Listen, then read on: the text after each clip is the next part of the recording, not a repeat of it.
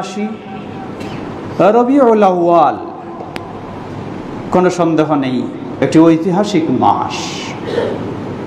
রবিউল আউয়াল যেমনইভাবে নবী সাল্লাল্লাহু আলাইহি ওয়াসাল্লামের পৃথিবীতে আসার জন্মের মাস, তেমনইভাবে রবিউল আউয়াল নবী সাল্লাল্লাহু আলাইহি ওয়াসাল্লামের পৃথিবী থেকে বিদায় নেওয়ার মাস। দুটোই সঠিক, এবং জন্মের দিবসও ছিল সোমবার, বিদায়ের দিবসও ছিল সোমবার, এটিও সঠিক। কিন্তু প্রচলিত 12ই রবিউল আউয়াল যে জন্মদিবস হিসাবে গণ্য করে তথাকথিত চরমপন্থীদের ঈদ, এটি কখনোই সঠিক নয়। এটি শিয়াদের উৎপত্তি করা, শিয়াদের তৈরি করা একটি ইসলামী গজামিল বা ভিত্তিহীন বা বেদাত ও গুনাহের কাজ ছাড়া আর কিছুই নয়। রাসূলুল্লাহ সাল্লাল্লাহু আলাইহি ওয়াসাল্লাম 12ই রবিউল আউয়ালে বিদায় নিয়েছেন, এটি সকলেই একমত। কিন্তু জন্ম কত তারিখে? কেউ বলেন রবিউল আউয়াল মাসের 3 তারিখে, কেউ বলেন 8 তারিখে, কেউ বলেন 9 তারিখে, কেউ বলেন 10 তারিখে, কেউ বলেন 11 তারিখে, কেউ বলেন 12 তারিখে।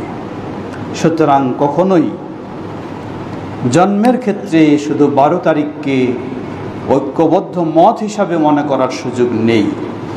যদিও হয়, কিন্তু এই দিনটিকে কেন্দ্র করে আপনি কোনো ঈদ উদযাপন করবেন, এমনটি আপনার চেয়ে প্রিয় যারা ছিলেন, এই উম্মার শ্রেষ্ঠ যারা ছিলেন, খোলাফায়ে রাশিদিন, সাহাবায়ে কেরাম, তাবেঈনগণ, এমনকি প্রসিদ্ধ ইমাম আবু হানিফা রাহিমাহুল্লাহ, ইমাম মালিক রাহিমাহুল্লাহ, ইমাম শাফিঈ রাহিমাহুল্লাহ, ইমাম আহমদ বিন হাম্বল রাহিমাহুল্লাহ, তারা তো নন, তাদের যুগ পর্যন্ত এই ধরনের ঈদে মিলাদুন নবী বা 12 তারিখের কোনো অনুষ্ঠান পৃথিবীর বুকে হয়নি।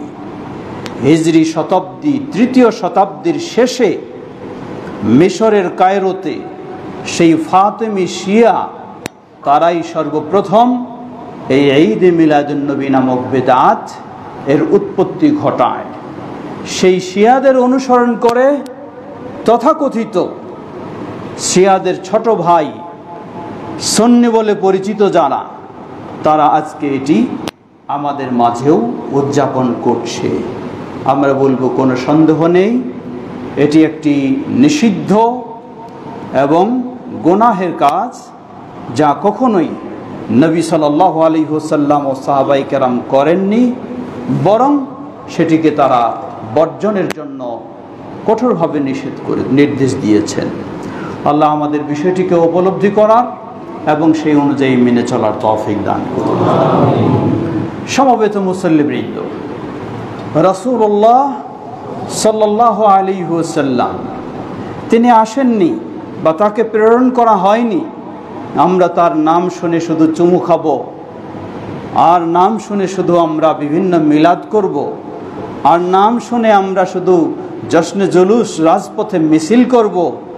রাসূলুল্লাহ সাল্লাল্লাহু আলাইহি ওয়াসাল্লামকে এজন্য আল্লাহ প্রেরণ করেননি। আল্লাহ তাকে প্রেরণ করেছেন, লাকাদ কানা লাকুম ফি রাসূলিল্লাহি উসওয়াতুন হাসানা। রাসূলুল্লাহ সাল্লাল্লাহু আলাইহি ওয়াসাল্লামকে মানুষের জীবনের উত্তম আদর্শ মডেল হিসাবে গ্রহণ করার জন্যই তাকে প্রেরণ করেছে।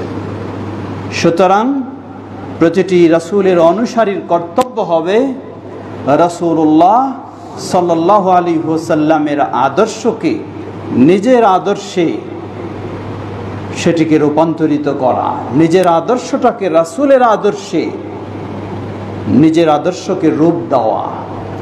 আল্লাহ আমাদের সে তৌফিক দান করুন।